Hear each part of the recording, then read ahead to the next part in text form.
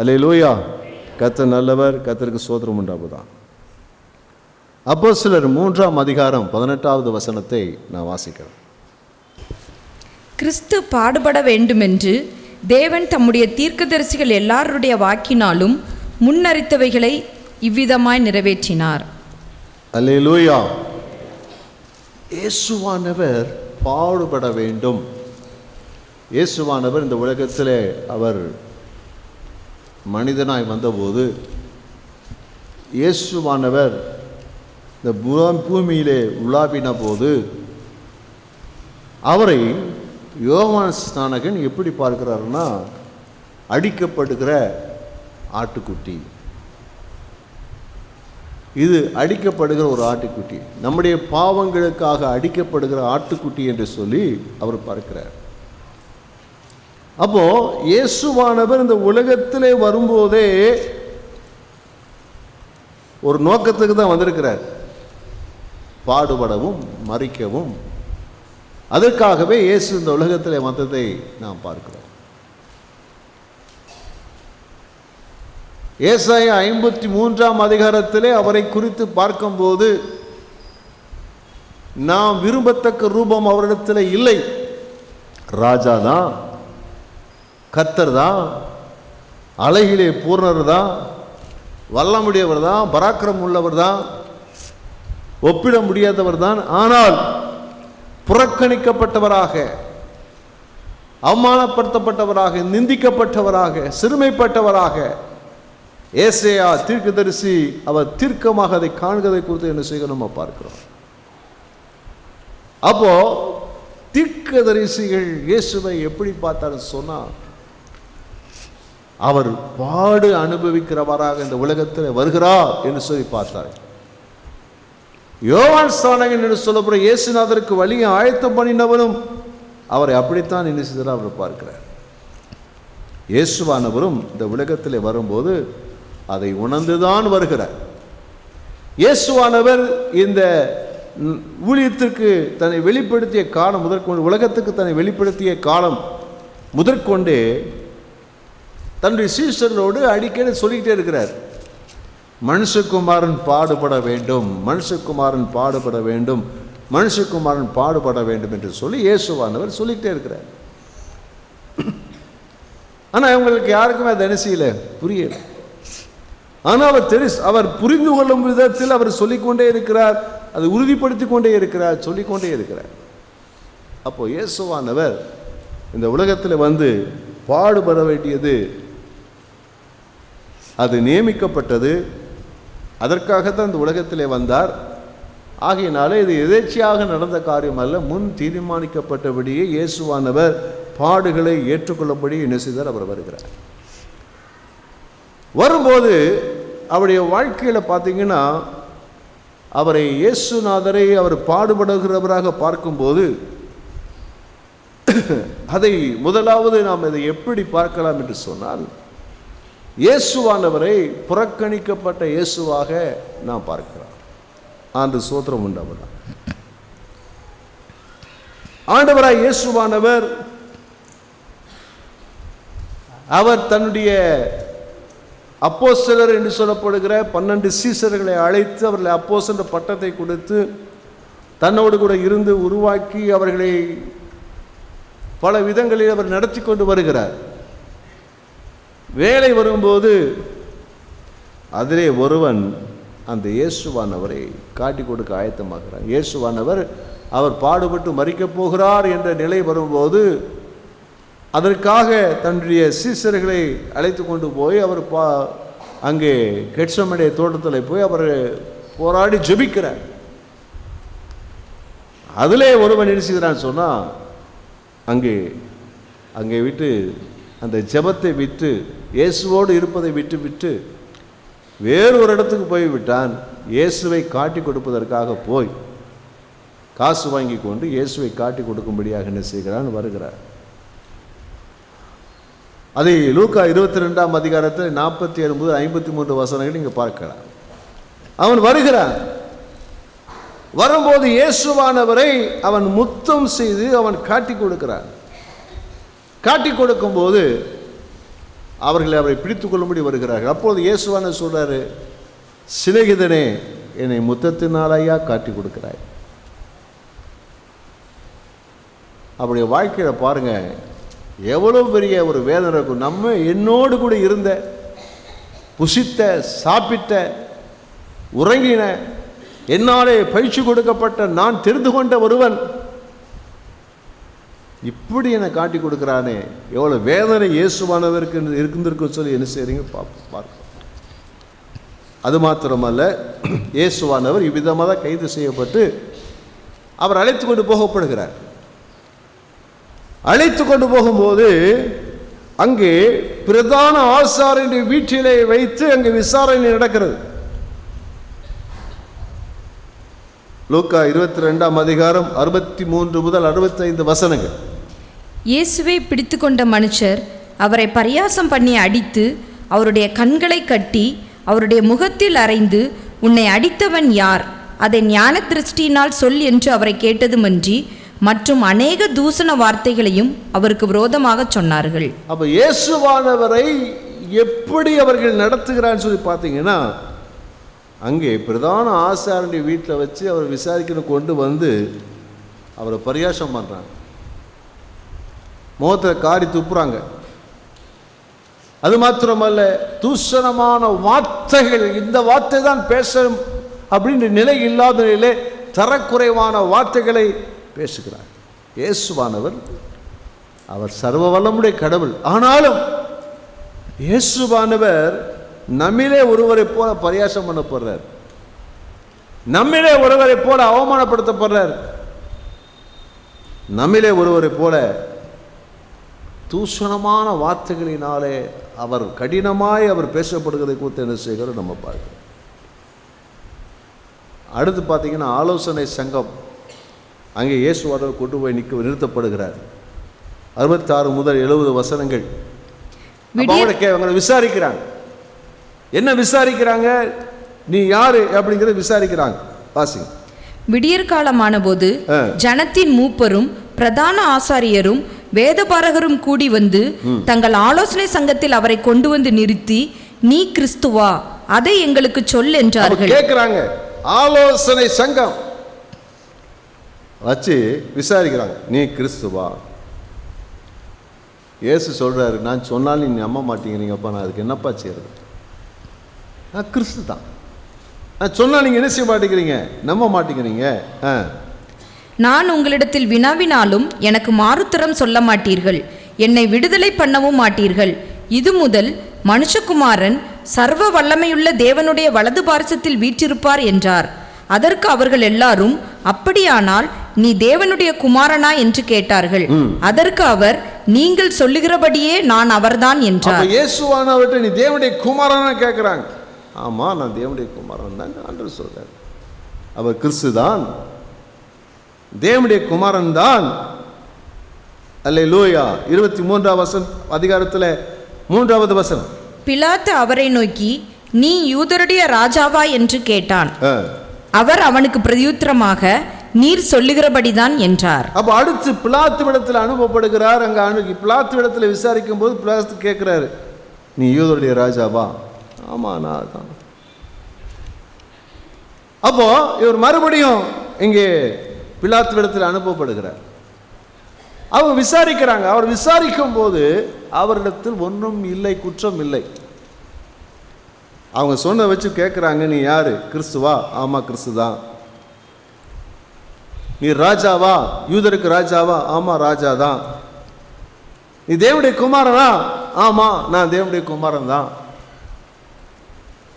இதுல யாருக்கு சொல்றதுல என்ன நஷ்டம் இருக்கிறது? தான் யார் என்பதை சொல்றாரு அவர். அதுல குற்றம் சொண்டு பிடிக்கக்கூடிய அரசாங்கத்துக்கு விரோதமாகவோ, மதத்துக்கு விரோதமாகவோ, அல்லது தனிப்பட்ட நபருக்கு விரோதமாகவோ அவர் எந்த ஒரு குற்றத்தையும் அவர் செய்ததாக இங்க ஒண்ணுமே இல்லை. அப்போ பிலாத்து மறுபடியும் அங்கே வரும்போது அந்த பிலாத்து என்ன செய்கிறார்னா, அவரை இன்னும் விசாரிக்கிறார். விசாரிச்சுட்டு அவர் சொல்றார், அதில் 23ஆம் அதிகாரம் 13 முதல் 25 வசனங்கள்ல நீங்கள் வாசித்தீங்கன்னு அதை பார்க்கலாம். விசாரிக்கிறார். விசாரிச்சுட்டு அவர்கிட்ட எந்த ஒரு குற்றமும் இல்லை என்று சொல்லி அறிந்து பிலாத்து என்ன செய்கிறார்னா அவர் விடுதலையாக்குவதற்காக முயற்சி பண்ணுகிறார். விடுதலையாக்காக முயற்சி பண்ணார். விடுதலையாக்குவதற்கு முயற்சி பண்ணும்போது அவர் 2-3 முறை அவர் சொல்றார், அவனை விடுதலையாக்குவோம், அவனை தண்டிச்சு, இயேசுவை தண்டிச்சு அவரை விடுதலையாக்கிடுவோம் அப்படி சொல்லும்போது ஜனங்கள் சொல்றாங்க, இல்லை, அவரை விடுதலையாக்கக்கூடாது, விடுதலையாக்கக்கூடாது. அப்புறம் கடைசியில் என்ன சொல்றாருன்னா, இப்படிப்பட்ட பண்டிகை நாளில் ஒருத்தரை விடுதலையாக்குறது ஒரு வழக்கமான காரியமாச்சே, ஆகையினால இவரை விடுதலையாக்கிடுவோம். இல்லை, இவர் வேண்டாம், பரபாஸ், அவரை விடுதலையாக்குங்க, இவர் என்ன செய்யக்கூடாது. அப்போ மொத்தத்தில் இவர் வேண்டாம். அப்போ அவரை என்ன செய்யணும்? எல்லா ஜனங்களும், ஆசாரியர்கள், பரிசேயர்கள், எல்லா ஜனங்களும் ஒருமித்து நினைச்சாங்கன்னா அவனை சிலுவையில் அறையும், சிலுவையில் அறையும் சொல்லி அவர்கள் சொல்லுகிறதை குறித்து என்ன செய்கிறோம் நம்ம பார்க்கிறோம். அதைத்தான் யோவான் அழகாய் சொல்லுகிறார். 1 அதிகாரம் 11 யோவான் 1:11 வாசிக்கிறோம். அவர் தமக்கு சொந்தமானதிலே வந்தார், சொந்தமானதிலே வந்தார், அவருக்கு சொந்தமானவர்களோ அவரை ஏற்றுக்கொள்ளவில்லை. அவரை ஏற்றுக்கொள்ளாம புறக்கணிச்சிட்டாங்க. அவரை ரட்சிக்க வந்தார், மீட்க வந்தார், புதுவாழ்வு கொடுக்க வந்தார், அவளை ஆசீர்வதிக்க வந்தார். ஆனால் அவரை என்ன செய்தார்னா புறக்கணித்து விட்டார்கள் சொல்லி என்ன செய்கிறது நம்ம பார்க்கிறோம். இன்றைக்கும் இந்த ஆண்டவராய் இயேசுவானவர் இந்த பூமியிலே வந்தார் என்று சொன்னால், எதற்காக அவர் வந்தார் என்று சொன்னால், உங்களுக்காக, எனக்காக, நமக்காகத்தான் இந்த உலகத்தில் இயேசுவானவர் வந்தார். அப்ப வரும்போது அவரை நாம் எப்படி ஏற்றுக்கொள்ள வேண்டும்? இயேசுவிட்ட கேட்கிறாங்க, நீ யாரே, கிறிஸ்துவா? இயேசுவை கிறிஸ்துவாக அபிஷேகம் பண்ணப்பட்டவராக நாம் ஏற்றுக்கொள்ள வேண்டும். கர்த்தருக்கு ஸ்தோத்திரம் உண்டாகும். நீ யார், ராஜாவா? ஆமா, நான் ராஜாதான் அப்படின்னு சொல்றாரு. இயேசுநாதரை ராஜாவாக நாம் ஏற்றுக்கொள்ள வேண்டும். நம்முடைய வாழ்க்கையிலே ஆளுகை செய்கிறவராக, நம்முடைய சுபாவங்களை ஆளுகை செய்கிறவராக, நம்முடைய வாழ்க்கை முறைகளை ஆளுகை செய்கிறவராக, நம்முடைய நடக்கைகளை ஆளுகை செய்கிறவராக, நம்முடைய எதிர்கால திட்டங்களை ஆளுகை செய்கிறவராக, நம்முடைய முழு ஆழத்துவத்தையும் ஆளுகை செய்கிறவராக இயேசுநாதரை நாம் ஏற்றுக்கொள்ள வேண்டும். 3வது தேவகுமாரனாக, அவர் தேவகுமாரன் தான், தேவகுமாரன் தான்.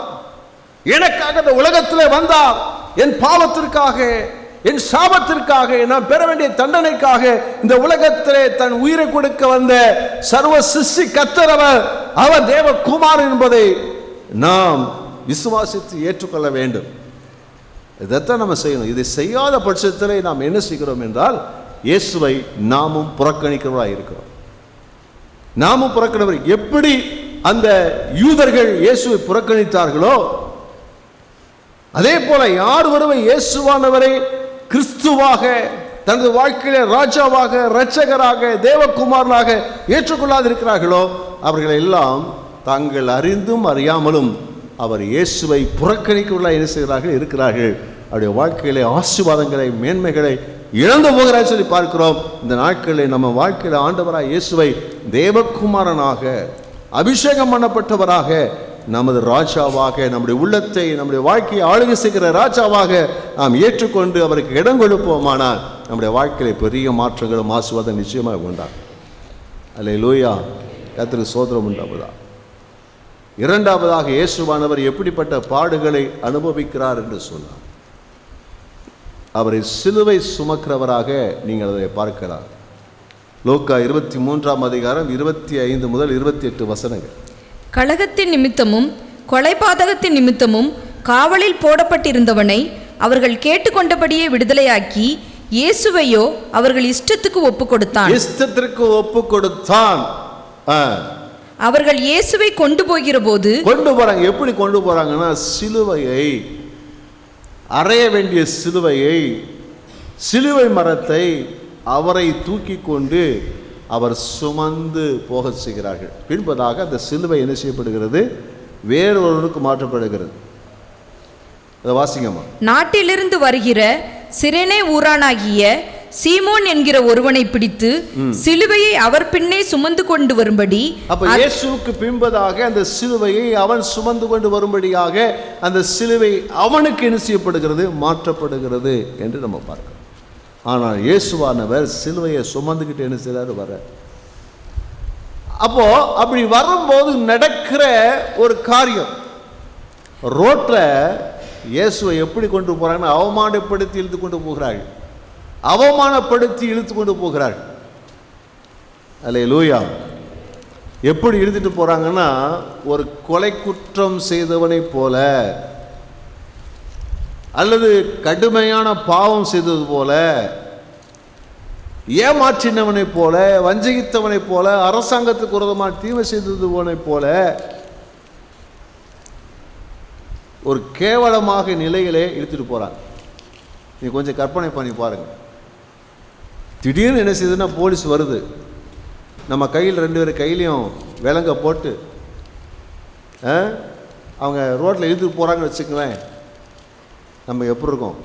எவ்வளோ அவமானமாக இருக்கும், வேதனையாக இருக்கும்.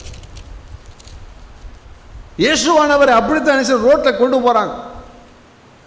இதுவரைக்கும் அவர் ரோட்டில் எப்படி நடந்து போயிருக்கிறாரு? திரக்கூட்டம் அவரை சூழ்ந்து வந்திருக்கிறது. திரக்கூட்டம் அவருடைய வஸ்திரத்தின் தொங்கலை தொட்டாலாவது நான் சுகமாவேன் என்று சொல்லி அவர் பிரசன்னத்தை நாடின ஒரு கூட்டம். அவருடைய வாழ்வில் பொழிந்து வருகிற அந்த வார்த்தைகளை கேட்பதற்காக ஆயிரமாய் வந்த கூட்டங்கள், தெய்வீக சுகத்தை பெற்றுக்கொள்வதற்காக, அவருடைய வார்த்தையை பெற்றுக்கொள்வதற்காக திரளான ஜனங்கள் அவரை சூழ்ந்து அவரை கர்த்தருடைய நாமத்தினாலே வருகிறவர் சோத்தரிக்கப்படத்தக்கவர் என்று சொல்லி அப்படி புகழ்ந்து பாராட்டி சீராட்டி இருந்ததானே அவரை அதே வீதிகளில் என்ன செய்கிறாங்க பாருங்க. அங்கே ஒரு மோசமான தரம் தாழ்ந்த நிலையிலே அவரை இழுத்து கொண்டு போகிறாங்க. கர்த்தர் சோதரம் உண்டாவதா? 2 அடி கொடுத்தா வாங்கிக்கலாம், 2 வெட்டு வெட்டினா வாங்கிக்கலாம். ஆனால் அவமானப்படுத்துறது என்ன செய்ய முடியாது, சகிக்க முடியாது. இயேசுவை எவ்வளவு அவமானப்படுத்த முடியுமோ அவ்வளவு அவமானப்படுத்துறாங்க. ஆசானை வீட்டில் வச்சு அவமானப்படுத்தினாங்க. இப்போ என்ன செய்ய, தெருவில் வச்சு என்ன செய்றாங்க, அவமானப்படுத்துறாங்க. தெருவை இழுத்துட்டு போய் அவமானப்படுத்துகிறார்கள். எவ்வளவு நமக்காக இயேசுவானவர் பாடுபட்டிருக்கிறார் யோசிச்சு பாருங்க. நீங்களும் நானும் மேன்மையான நிலைகளை அடைவதற்கு, நித்திய ஜீவனை பெற்றுக்கொள்வதற்கு ஆண்டவர் இந்த பாடுகளுக்குள்ளே எவ்வளவாய் நடந்து கொண்டு போனதை குறித்து பார்க்கிறோம். அப்போ ஜனங்கள் எல்லாம் அணிசுறாங்கன்னா அழுகிறாங்க. வாசிங்க. திரள் கூட்டமான ஜனங்களும் அவருக்காக புலம்பி அழுகிற ஸ்திரீகளும் அவருக்காக புலம்பி அழுது கொண்டு அவருக்கு பின் சென்றார்கள். அப்போ திரளான ஜனங்கள் அவருக்காக அழுது கொண்டு போகிறதான திரளான பெண்கள் அவருக்கு பின்பதாக போறாங்க.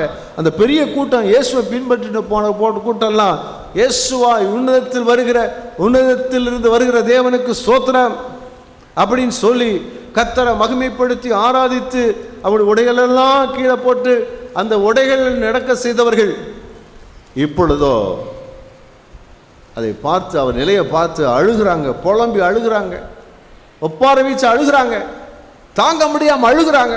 ஐயோ, எங்க ஆண்டவருக்கு, எங்க ராஜாவுக்கு, எங்கள் தேவகுமாரனுக்கு, எங்கள் மேசியாவுக்கு, கிறிஸ்துவுக்கு இப்படிப்பட்ட நிலையா என்று சொல்லி அவர்கள் அழுது புலம்புகிறார்கள். புலம்பும் போது இயேசு சொல்றாரு, இயேசு அவர்கள் முகமாய் திரும்பி, எருசலேமின் குமாரத்திகளே, நீங்கள் எனக்காக அழாமல், எனக்காக அழாதப்பா, உங்களுக்காகவும் உங்கள் பிள்ளைகளுக்காகவும் அழுங்கள், உங்கள் பிள்ளைகளுக்காகவும் அழுங்கள் என்று சொல்லி இயேசு சொல்ற. அந்த நேரத்தில் கூட இயேசுடைய பார்வை எப்படி இருக்கிறது? இயேசு யாரை பார்க்கிறார்? ஜனங்களை பார்க்கிறார். எருசலேமுக்கு வரப்போகிற ஆக்கினை, தேவ ஜனத்துக்கு வரக்கூடிய ஆக்கினை, அந்த ஆக்கினை நினைத்து நீ எனக்காக அழுது புரோஜனம் இல்லை. ஆனால் நீ என்ன செய்யணும்? உனக்காக ஜெபிக்கணும். உன் வாழ்க்கையில் வரக்கூடிய ஆபத்துக்களுக்கு நீ இந்த நாட்களே தேவ சமூகத்திலே நீ மன்றாடி நீர் அந்த மாற்றங்களை உங்க வாழ்க்கையில பெற்றுக்கொள்ள வேண்டும். வரப்போகிற ஆபத்துக்கு விலைக்கு பாதுகாக்கப்பட வேண்டும். ஆகையினாலே நீ அதுக்காக ஜெபம் பண்ணு என்று சொல்லி ஆண்டவர் அவைகளை தட்டி எழுப்பதை குறித்து என்ன செய்கிறது நம்ம பாருங்க. இன்றைக்கும் ஆண்டவர் அந்த பாடுகள் மத்தியில் இருந்தாலும் கூட நம்மள தான் அக்கறை இருக்குது. ஆண்டவருக்கு நம்மள தான் அக்கறை இருக்குது. நம்முடைய எதிர்காலத்துக்கு குறித்து அக்கறை இருக்குது. நம்முடைய எதிர்கால நாம் சந்திக்கக்கூடிய பிரச்சனைகளை குறித்து அக்கறை இருக்கிறது. அதனால தான் கர்த்தர் சொல்றாரு, நீ விழித்திருந்து ஜெபம் பண்ணு சொல்றாரு. விழித்திருந்து ஜெபம் பண்ணு சொல்றாரு. விழித்திருந்து ஜெபம் பண்ணு. ஜெபம் பண்றதற்கு என்ன செய்யாத, நீ சோர்ந்து போகாத, சாதாரணமாக நினைக்காத. எதுக்காக ஜெபம் பண்ண தெரியாதுன்னு பரவாயில்ல, ஜெபம் பண்ணு. உன் வாழ்க்கையில என்னென்ன ஒரு வேலை, உன் வாழ்க்கையில எதிர்காலங்களில் ஏதாவது ஒரு தீமை வருமானால் அது வரக்கூடாதபடி நீ விழித்திருந்து ஜெபிக்கும் போது அந்த ஜெபம் உன்னை பாதுகாக்கும். உனக்கு விரோதமான அநேக திட்டங்களை சாத்தான் வைத்திருக்கிறான். அந்த திட்டங்களை நான் அதமாக்கப்பட வேண்டுமானால், உன் வாழ்க்கையில் எதிர்காலம் சுகமாய் ஆசீர்வாதமாய் மகிமையாய் சந்தோஷமா இருக்க வேண்டுமானால் நீ ஜெபிக்க வேண்டும், ஜெபிக்க வேண்டும், ஜெபிக்க வேண்டும். அதற்காகத்தான் கர்த்தர் அங்கே சொல்றதை பார்க்கணும். சிலவே சுமந்துட்டு போனாலும் அந்த நேரத்தில் நம்ம மேல தான் அக்கறை. அல்லேலூயா, அல்லேலூயா. இயேசு எவ்வளவு பாடுபட்டாலும் நம்ம மேலே அக்கறை உள்ளவராகவே அவர் இருக்கிறார். அல்லேலூயா. மூன்றாவது இயேசுவானவர் பட்ட உச்சக்கட்ட பாடுகள் எங்கே என்று சொன்னால் சிலுவையிலே. சிலுவை மரத்தில் ஆண்டவராய் இயேசுவானவர் அவர் தொங்கிக் கொண்டிருக்கிறார். லூக்கா 23ஆம் அதிகாரம் 33வது வசனம். கபாலஸ்தலம் என்ற அர்த்தம் கொள்ளும், கபாலஸ்தலம் என்ற அர்த்தம் கொள்ளும் கொல்கதா என்னும் இடத்துக்கு அவர்கள் வந்து கொல்கதா. அப்போ கபாலஸ்தலம் என்று அழைக்கப்பட்டது எதுதான்? கொல்கோதா தான். அல்லேலூயா. ரெண்டு ஒன்று தான். அப்போ இங்கே அவர் சிலுவையிலே அறையப்பட்டிருக்கிறார். இயேசுவானவர் சிலுவையில் அறையப்பட்டிருக்கிறார். ஆமென், அல்லேலூயா. கர்த்தருக்கு ஸ்தோத்திரம் உண்டாகுதா. நீங்க பார்த்தீங்கன்னா, நீங்க ஏதாவது ஒரு சின்ன நடந்து போகும்போது ஒரு கல் பாதத்தில் குத்திருச்சுன்னு வச்சுங்களேன், என்ன வலி வலிக்குது, என்ன வலி வலிக்குது. ஊசி தைக்கும் போது லேசாக பரல பட்டுருச்சு, என்ன வலி வலிக்குது. அல்லேலூயா. ஒரு அடி பட்டுருச்சு, நம்முடைய வீட்டு கதவை பூட்டும் போது கை உள்ள பட்டுருச்சு, என்ன வலி வலிக்குது. சே, தாங்க முடியுதா? என்ன வேதனை. ஆனா இயேசுவான் சிலுவையிலே தொங்குகிற அந்த இயேசுநாதர் நீங்க பார்த்தீங்கன்னா உச்சந்தலை முதற்கொண்டு உள்ளங்கால் வரைக்கும் காயங்கள். இவர் சாதா ஒரு கள்ளன் கிடையாது, கொலைகாரன் கிடையாது, வேசிக்கள்ளன் கிடையாது, புரட்சி செய்கிறவன் கிடையாது, சாதாரண நபர் கிடையாது. அகில உலகத்தை உண்டாக்கின சிசிகத்தராக ஆண்டவர். ஆனா இப்போ ஒரு மோசமான கேவலமான ஒரு நிராதவ எந்த ஒரு வழி இல்லாத ஒரு சாதாரண ஒரு மனுஷனை போல ரெண்டு கல்லருக்கு நடுவில் இவர் ஒரு திருடனை போல இயேசுவனை செய்யப்பட்டிருக்கணும், அறையப்பட்டிருக்கிறார். அறையப்பட்டா பாருங்க, தலையில முற்கிரீடி வச்சிருக்கிறான், முள்ளால் செய்யப்பட்ட கிரீடம். அதெல்லாம் ஒன்றும் 1.5 இன்ச்சு இருக்கு சொல்றாங்க. அது தலையில அரைஞ்சதுனால பரியாசம் பண்ணும்படி அரைந்தது, அது அப்படியே இருக்குது. அப்படியே உள்ள போனா வலி வலி வலி வலி. அப்படியே லேசா வதாச்சும் தலையில தட்டினா என்ன பாடு. அல்லேலூயா. அன்னைக்கு ஒரு நாள் அப்படி தான் யாரோ ஒரு பையன் எங்கேயோ விளையாடும்போது ஏதோ கீழே போய் முட்டிட்டான் டபக்குன்னு.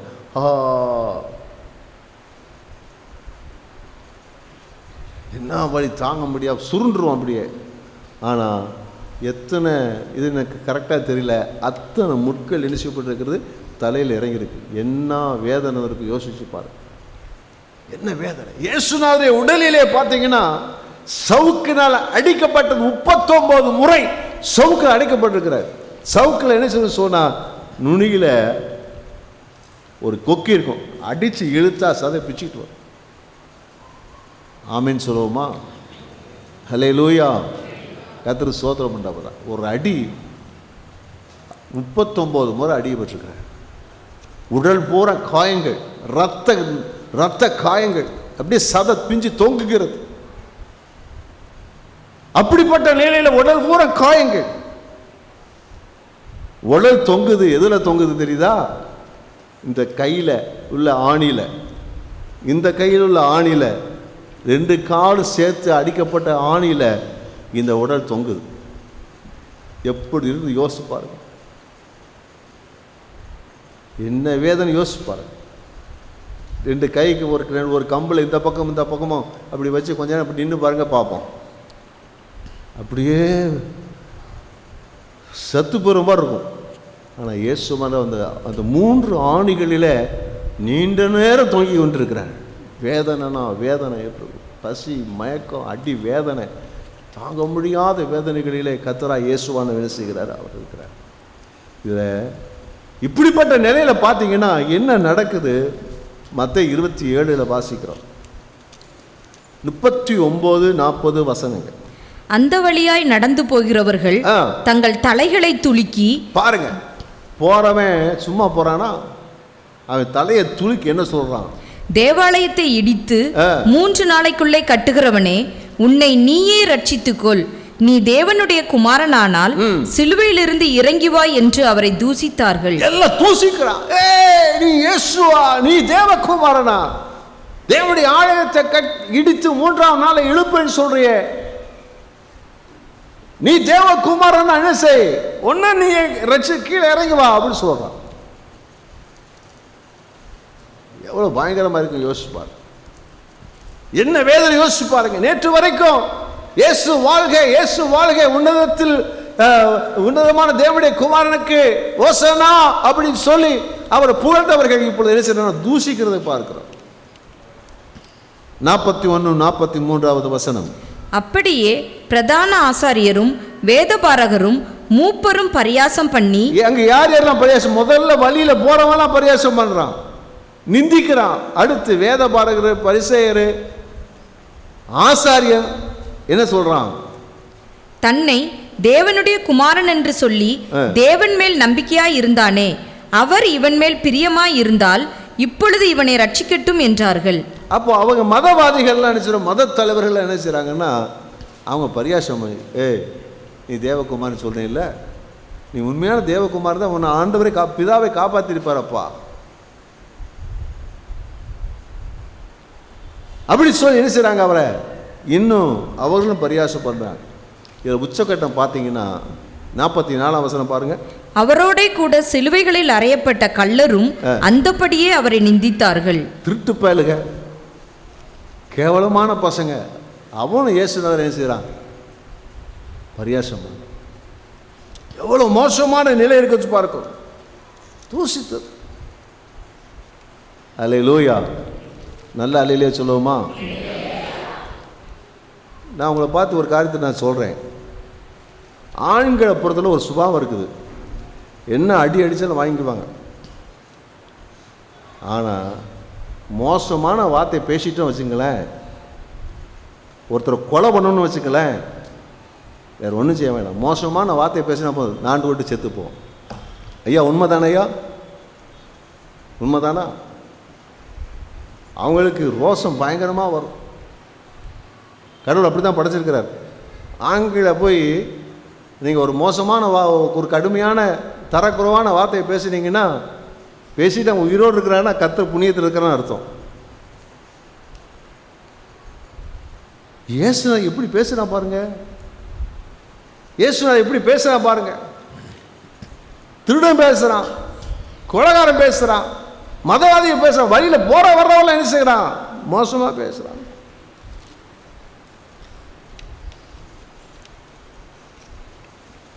ஒரு பக்கம் சரத்தில் வேதனைகள், தான் படைத்த சிசித்த உண்டாக்கின மனிதர்களால் உண்டான பரியாசங்களும் அவமானங்களும் தூஷணங்களும். அல்லேலூயா. இந்த பாடுகள் வழியாக தான் இயேசு நினைச்சிருக்கிறார், கடந்து போயிருக்கிறார். உங்களுக்காக எனக்காக இயேசுவானவர் இந்த பாடுகளை அவர் ஏற்றுக்கொண்டு கடந்து போயிருக்கிறார். கர்த்தருக்கு ஸ்தோத்திரம். இந்த சிலுவையில் இருந்து தான் இயேசுவானவர், அந்த சிலுவையிலும் அவர் பேசின வார்த்தைகளை கவனித்து பார்த்தீங்கன்னா ஆச்சரியமா இருக்கு. ஆச்சரியமா, சிலுவையில தொங்குகிற இயேசுவானவர் அந்த சிலுவையில தொங்கும் போது துடிதுடித்து கடினமான வார்த்தைகளை பேசியிருக்கணும், சபிச்சிருக்கணும், கடினமான வார்த்தைகளை பேசியிருக்க வேண்டும். ஆனால் இயேசுவானவரோ அவர் பேசின வார்த்தைகளை 7 வார்த்தைகள் என்று சொல்கிறார். லூக்கா 23:34 அவர் சொல்றாரு, பிதாவே இவருக்கு மன்னியும், தாங்கள் செய்கிறது இன்னதென்று அறியாதிருக்கிறார்கள். அந்த நேரத்தில் இயேசுவானவர் எப்படி பாருங்க, பிதாவே மன்னிங்க, என்ன செய்துன்னு தெரியாம செய்றாங்க. கைவத்தி அல்லே சொல்லுவோமா? அல்லேலூயா. இதுதாங்க நம்ம ஆண்டவர். பக்கத்தில் சொல்லுங்க, இதுதாங்க நம்ம ஆண்டவர், இதுதாங்க நம்ம ஆண்டவர். அல்லேலூயா, அல்லேலூயா. அந்த நேரத்திலையும் பிதாவே இவர்களுக்கு மன்னியும், மன்னிக்கிற ஆவி அவர்கிட்ட இருக்குதுல, அதுதான் இயேசுவானவர். அல்லேலூயா. 43ஆம் வசனத்தில் பார்த்தீங்கன்னா வலதுபுறத்தில் இருக்கிற கல்லனை பார்த்து சொல்றாரு, இன்றைக்கு நீ என்னுடனே கூட பரதீசில் இருப்பாய். அந்த நேரத்தில் ஒருத்தன், ஆண்டவரே உங்களுடைய ராஜ்யத்தில் வரும்போது என்னை நினைத்துக் கொள்ளுன்னு சொல்லும் போது, விசுவாசிக்கும் போது கர்த்தர் அந்த நேரத்திலையும் அவருடைய கவனம் பார்த்தீங்கன்னா இந்த ஆத்மா பரலோகத்துக்கு வந்துடும். ஹல்லேலூயா. அப்போ ஆண்டவர் அந்த நேரத்திலையும் கடைசி தருணத்தில் மறிக்க போறவனை கூட அவன் இயேசுநாதரை விசுவாசிக்கும் போது அந்த விசுவாசத்தின் வழியாக அவனை ஆண்டவர் அங்கே பிரதிஷ்டித்து சேர்த்துக்கொள்ளத்தக்கதாக அவனுக்கு கிருபை செய்வதை குறித்து என்ன செய்கிற பார்க்கிறான். ஆண்டவர் அந்த கல்லனுக்கே இப்படி செய்தார்னா நம்ம மேலே எவ்வளோ அக்கறையாக இருப்பார். அல்லேலூயா, அல்லேலூயா. இயேசுவானவர் நம்ம எப்பொழுதும் மன்னிக்கிறதுக்காக பிதாவோட வந்து பேசிக்கிட்டே இருக்கிறார். பிதாவே இவர்களுக்கு மன்னி, இவங்க செய்கிறது என்னன்னு தெரியாமல் இருக்கிறார். அதே போல ஆண்டவர் என்ன செய்கிறார் சொன்ன போனால், நம்ம எந்த நிலையில் நம்ம எப்படியாச்சும் பரவத்து போது சேர்ந்து விடுங்கிறத அவர் அக்கறையாக இருக்கிறார். யோவான் 19ஆம் அதிகாரம் 26-27 வசனங்கள். அப்பொழுது இயேசு தம்முடைய தாயையும் அருகே நின்ற தமக்கு அன்பாயிருந்த சீசனையும் கண்டு தம்முடைய தாயை நோக்கி, ஸ்திரீயே, அதோ உன் மகன் என்றார். பின்பு அந்த சீசனை நோக்கி, அதோ உன் தாய் என்றார். அந்நேரம் முதல் அந்த சீசன் அவளை தன்னிடமாய் ஏற்றுக்கொண்டான். அந்த நேரத்திலையும் ஆண்டவருக்கு இருக்கக்கூடிய பொறுப்பு, கடமை உணர்வை குறித்து என்ன செய்கிறோம் நம்ம பார்க்கிறோம். உன் வாழ்நாள் நீடித்திருப்பதற்கு உன் தாயின் தகப்பனையும் கனம் பண்ணுவாயாக. இயேசுவானவர் அந்த நேரத்தில் கூட இந்த உலகத்தில் வருவதற்கு தன்னை அர்ப்பணித்த மரியாள் என்ற நிலையிலே தாயாக அவரை பார்த்து அவருக்கு செய்ய வேண்டிய கடமை இயேசு செய்கிறார். யார் பொறுப்புள்ள ஒருவனை பார்க்கிறார், ரொம்ப நாள் வாழக்கூடியவனை பார்க்கிறார், இயற்கை மரணம் அடையக்கூடிய ஒரு மனுஷனை பார்க்கிறார், ரொம்ப அன்புள்ள ஒரு சீசனை பார்க்கிறார். அவன் கையில் சொல்கிறாரு, அப்பா இதான் உங்கள் அம்மா, இதான் உங்கள் மகன். உடனே அந்த பொறுப்பை என்ன ஏற்றுக்கொள்கிறார். அல்லேலூயா. கர்த்தருக்கு ஸ்தோத்திரம் உண்டாகும். ஆண்டவர் நமக்கு எந்த நிலையிலும் நமக்கு செய்ய வேண்டிய கடமையை செஞ்சுக்கிட்டு தான் இருப்பார், ஒரு நாளும் மாறவே மாட்டார். உண்மைதானா? அதில் அந்த நிலையில் கூட இந்த உலகத்தில் வருவதற்கு ஏற்ற நிலையில் தாய் என்ற நிலையில் இருந்த அந்த அம்மாவுக்கு அப்படி செய்திருப்பாருன்னா நமக்கு என்ன செய்யணுமோ ஏற்ற நேரங்களில் நிச்சயமாய் கர்த்தர் செய்ய உண்மையுள்ளவராகவே இருக்கிறார். அல்லேலூயா. அடுத்து பார்த்தீங்கன்னா 27ஆம் அதிகாரம் 47ஆம் வசனத்தில் ஏலி ஏலி லாமா சபத்தானி அப்படின்னு சத்தம் போறார். என்ன அர்த்தமா? என் தேவனே, என் தேவனே, ஏன் கைவிட்டீர்? அல்லேலூயா. கர்த்தருக்கு ஸ்தோத்திரம் உண்டாவதாக. அப்போ இந்த நிலைகளிலே ஒரு புறம் அவர் சிலுவைகளே பாடுகளை ஏற்றுக்கொண்டு வந்திருந்தாலும் அவருக்குள்ளும் அந்த சரத்துள்ளதான வேதனைகள், பாடுகள், சில வார்த்தைகள் என்ன செய்யப்பட்டிருக்கிறது, பேச வைத்திருக்கிறது. யோவான் 19:28 அவர் சொல்றாரு, தாகமாயிருக்கிறேன். அங்கே சொல்லப்பட்டது சரப்பிரகாரமான தாகம் அல்ல, தண்ணிக்கான தாகம் அல்ல, ஆத்ம ரட்சிப்புக்கான தாகம், ஆத்ம ரட்சிப்புக்காக தானம். அந்த பாடுகள் மத்தியிலும் இயேசுவானவர் எதை குறித்து தாகம் இருக்கிறார்? நீங்களும் நானும் நம்முடைய குடும்பத்திற்கு எல்லாரும் ரட்சிக்கப்பட வேண்டும் என்றதான தாகத்திலே ஆண்டவர் இருக்கிறார். எல்லா மனிதனும் ரட்சிக்க கிறிஸ்துவை அறிகிற அறியை உடையம் அவர் சித்தமுள்ளவராய் இருக்கிறார் சொல்லியிருக்கிறதே. அந்த நிலையிலே அவர் இப்படிப்பட்ட தாகம் உள்ளவராய் இருக்கிறார். அல்லேலூயா. உங்கள் குடும்பத்தில் யாரெல்லாம் ரட்சிக்கப்படாத இருக்கிறாங்களோ அவங்க ரட்சிக்கப்படுறதுல இயேசுவுக்கு இன்னும் மிகுந்த தாகம் இருக்கிறது. அதுக்கு செய்ய வேண்டிய முயற்சியில் நம்ம செய்யணும். அதுக்காக நம்ம ஜெபிக்கணும், அவங்களுடைய சுவிசேஷத்தை சொல்லணும், முயற்சி எடுக்கணும். தேவன் நிச்சயமாக அந்த காரியங்களை நடப்பிக்க வல்லவராய் இருக்கிறார். அந்த தாகம் நிச்சயமாய் நடக்கும். ஆண்டவர் அந்த காரியத்தை நம்முடைய குடும்பத்தை நிச்சயமாக ரட்சிப்பார். அல்லேலூயா. கர்த்தராகிய இயேசு கிறிஸ்து விசுவாசி, அப்போ நீயும் உன் வீட்டாரும் ரட்சிக்கப்படுவீர்கள். ஆண்டவர் செய்ய உண்மையுள்ளவராய் இருக்கிறார். ஆறாவதாக 19:20-30 சொல்றாரு, முடிந்தது. அல்லேலூயா. அவர் எல்லாவற்றையும் நிறைவேற்றி முடித்து விட்டார். கல்வாரி சிலுவைகளை செய்து முடிக்கக்கூடிய காரியம் எந்த நோக்கத்திற்காக அந்த உலகத்தில் வந்தேனோ அந்த நோக்கம் முடிந்து விட்டது, நான் செய்து முடித்து விட்டேன். அல்லேலூயா. கர்த்தருக்கு ஸ்தோத்திரம் உண்டாவதாக. ஆமென். நம்ம வாழ்க்கையில் எதெல்லாம் செய்யணும்னு நினைச்சிருக்கிறாரோ அதையெல்லாம் நம்முடைய ஆண்டவர் நிச்சயமாக செய்து முடிக்கத்தான் செய்வார். முடிந்தது என்று முடிக்கும் நோடு நாம் தேவனோடு இருப்போம். அல்லேலூயா. கர்த்தருக்கு ஸ்தோத்திரம். ஏன் நம்ம ஆண்டு உயிரோடு வச்சிருக்கிறாரு? இன்னும் கர்த்தர் நம்முடைய வாழ்க்கையில் செய்ய நினைத்து இருக்கிறத செய்து முடிக்கலை. அது முடிக்கும் போது நாம் கர்த்தருடைய சமூகத்தில் இருப்போம். ஆமென் சொல்லுவோமா? அல்லேலூயா.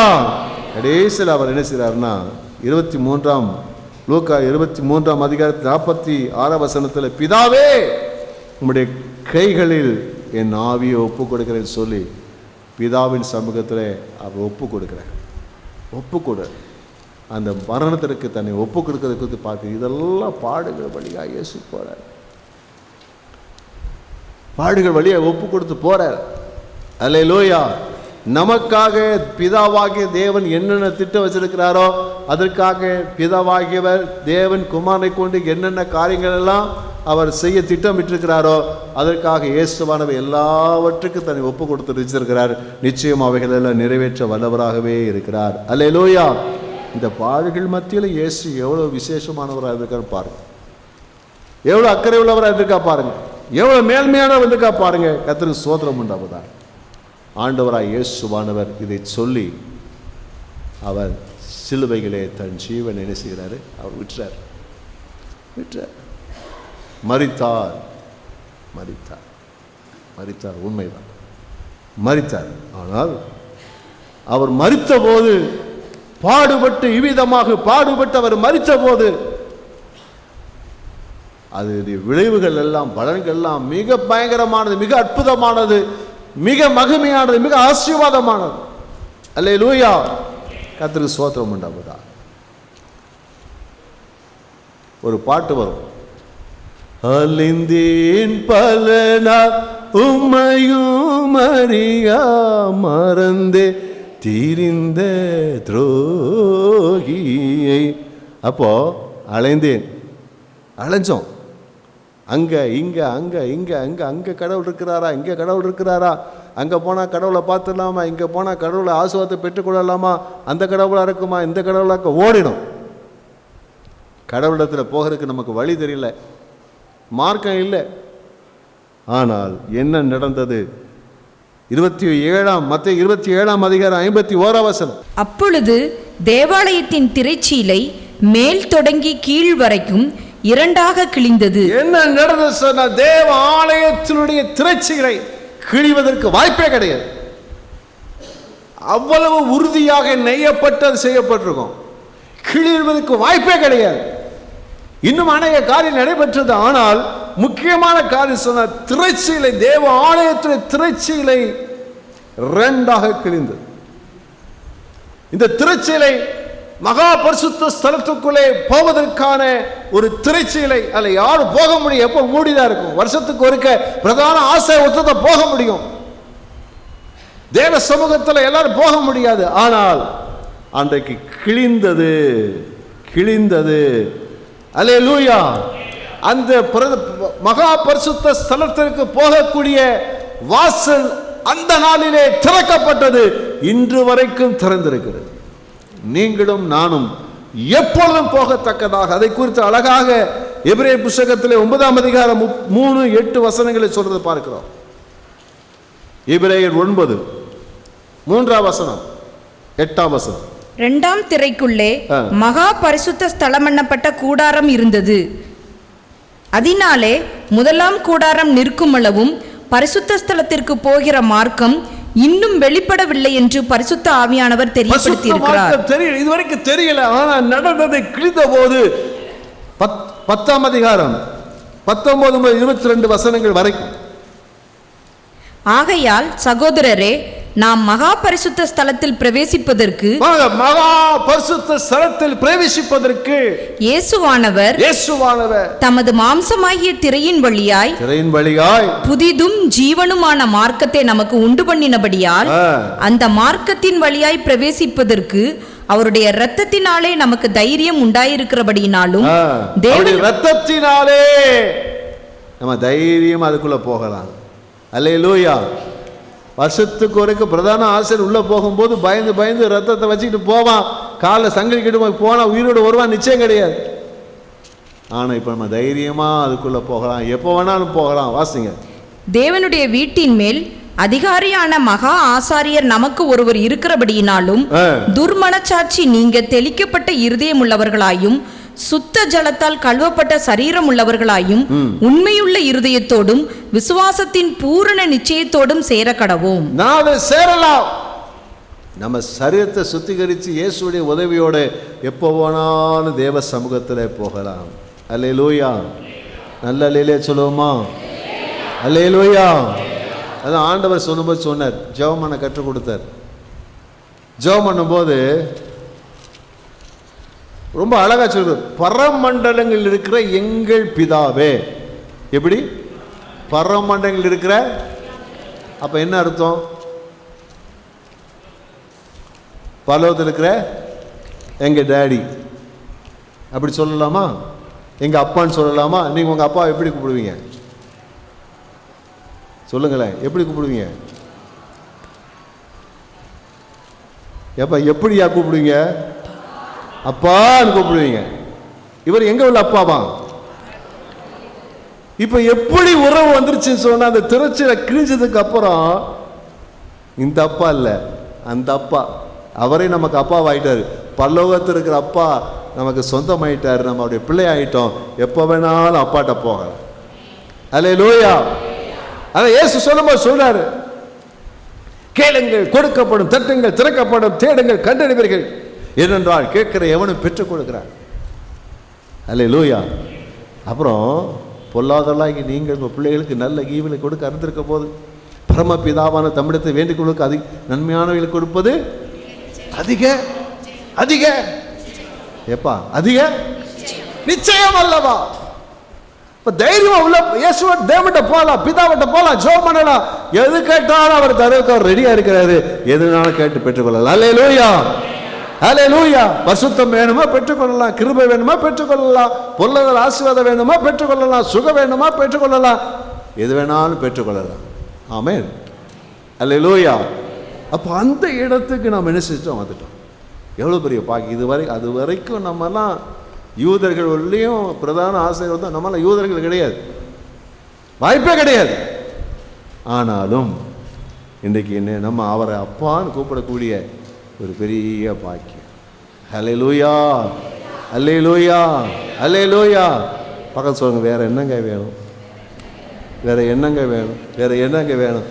தேவன் நம்முடைய அப்பாவாக இருக்கிறார். வேற என்ன நம்ம லைஃப்பில் வேணும்? இதுக்காக தான் இயேசுனா அந்த பாடுகளை எல்லாம் ஏற்றுக்கொண்டார். அல்லேலூயா. கர்த்தருக்கு துதியும் ஸ்தோத்திரமும் மகிமையும் உண்டாவதா. 1 பேதுரு 2ஆம் அதிகாரம் 24வது வசனம். நாம் பாவங்களுக்கு செத்து நீதிக்கு பிழைத்திருக்கும்படிக்கு அவர்தாமே தமது சரீரத்திலே நம்முடைய பாவங்களை சிலுவையின் மேல் சுமந்தார். பாவத்துக்கு செத்து நீதிக்கு பிழைத்திருக்கும்படி. அல்லேலூயா. அப்படி தழும்புகளால் குணமானீர்கள். அப்போ நமக்கு வந்து நடக்கும் போது என்ன நடக்கும் சொன்னா, நமக்குள்ளே ஒரு மாற்றம் உண்டாயிருக்கிறது. இயேசுடைய பாடு மரணத்தினாலே நாம் இயேசுவை ஏற்றுக்கொண்டு நாம் விசுவாசித்து ஏற்றுக்கொள்ளும் போது அந்த ஆசீர்வாதத்துக்குள்ளே வந்து விடுகிறோம். பாவத்துக்கு மரித்து நீதிக்கென்று பிழைத்துக் கொள்கிறோம். அல்லேலூயா சொல்லுவோமா? அல்லேலூயா.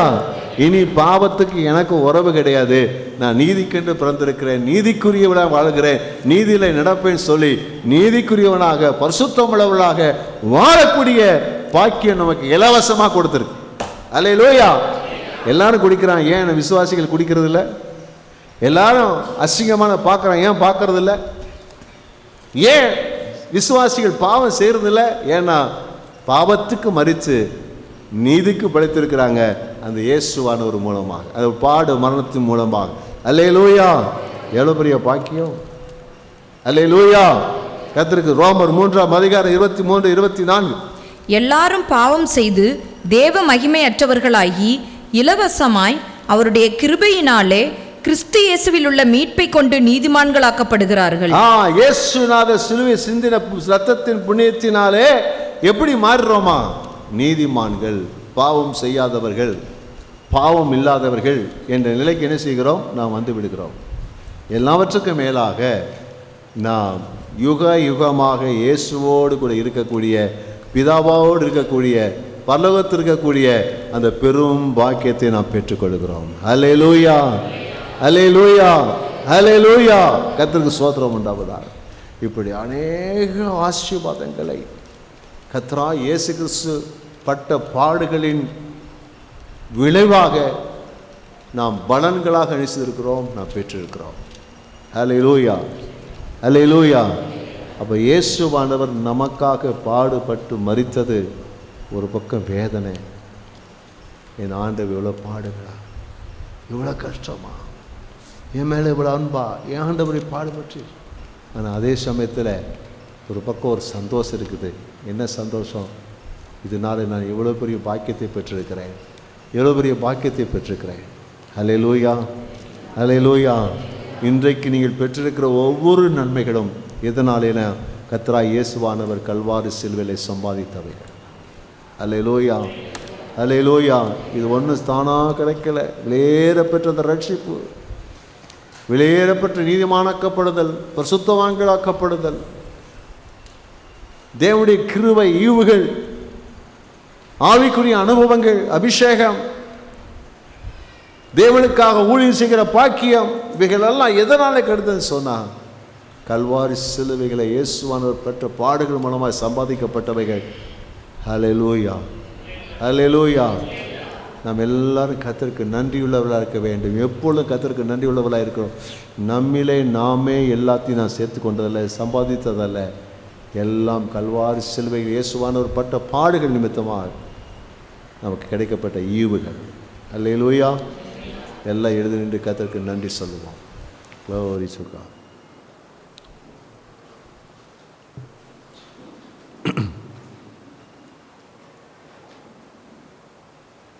எல்லாரும் எழுதி நின்று கர்த்தருக்கு நன்றி சொல்லுவோம். ஆண்டவரே, எத்தனை அன்பு, எத்தனை இரக்கம், எத்தனை கிருபை, எத்தனை தயவு. ஹல்லேலூயா. glory to God. glory to Father. shada rabala dia rabala sabara dianthala rabala shada rekabala dia radala rabala shibala dula rahamana dia radala rahamana shagabalaba. கர்த்தருக்கு நன்றி சொல்லுவோம். இந்த ரட்சிப்பு தானாய் வந்ததல்ல, இந்த மேன்மை சும்மா வந்ததல்ல. தேவகுமாரனாகிய இயேசு கிறிஸ்து பட்ட பாடுகளின் விளைவாக இந்த மேன்மைகள், இந்த மகிமைகள், இந்த ஆசீர்வாதங்கள், இந்த மேலான பாக்கியங்கள் நாம் பெற்றிருக்கிறோம். ரட்சிப்பை சாதாரணமாக எண்ணாதீங்க, அபிஷேகத்தை சாதாரணமாக எண்ணாதீங்க, தேவ சபையை சாதாரணமாக எண்ணாதீங்க, நமக்கு கொடுக்கப்பட்டிருக்கிற அனுபவங்களை சாதாரணமாக எண்ணாதீங்க, நமக்கு தேவன் கொடுத்த ஆசீர்வாதங்களை சாதாரணமாக எண்ணாதீங்க. பெரிய விலையேற்கிரயம் நமக்காக கொடுக்கப்பட்டிருக்கிறது. Glory to Father, glory to Father, glory to Father, glory to Father. Shantala rabani antala rahabala shadala rab shantala rahamanatya raba. Glory to Father. Shantala rahabali antaraba shidala ramantya la raba sadara diara dala raba.